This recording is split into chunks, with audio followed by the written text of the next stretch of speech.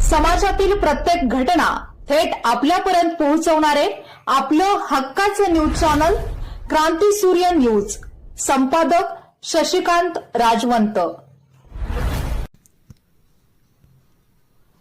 Police अधीक्षक संदीप गुगे यांच्या आदेशानुसार वापर पोलीस अधीक्षक कल्पना बारवकर यांच्या मार्गदर्शनाखाली स्थानिक गुन्हे अन्वेषण शाखा सांगली यांनी मालमत्तेविरुद्धचे गुन्हे करणाऱ्या रेकॉर्डवरील आरोपींवर प्रभावी कारवाई करत घरफोडी करणाऱ्या टोळीचा पर्दाफाश केला आहे.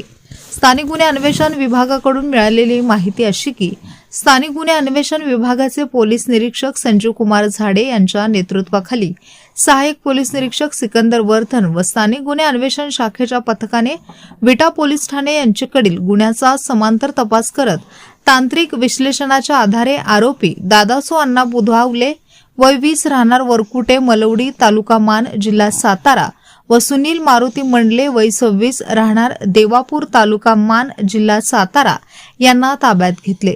तपासादरम्यान दोघांनीही विटा व आटपाडी पोलीस ठाणे हद्दीतील एकूण 7 घरफोडीच्या गुन्ह्यांची कबुली दिली आहे. आरोपींनी गुन्हे करताना संतोष तानाजी जाधव याची स्विफ्ट डिझायर MH09 DA 0051 वापरल्याचे तसेच चोरीतील सोन्या चांदीचे दागिने ओळखीच्या सोनारामार्फत विक्री केल्याचे सांगितले. तपासाअंती विटा व आटपाडी पोलीस ठाण्यातील एकूण 7 घरफोडीचे गुन्हे उघडकीस आले असून पुढील तपास विटा पोलीस ठाणे करीत आहे.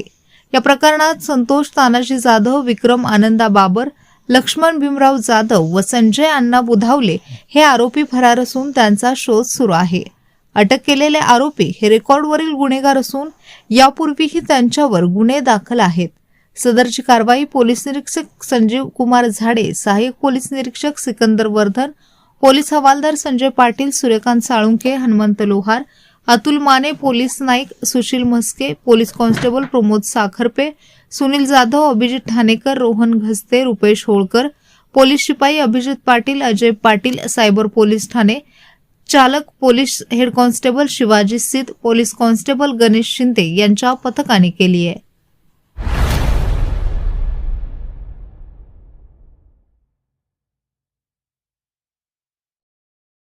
क्रांती सूर्य न्यूज.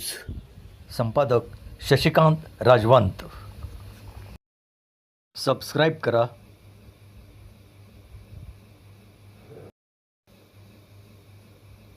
बेल आयकॉनला क्लिक करा आणि लाईक करायला विसरू नका.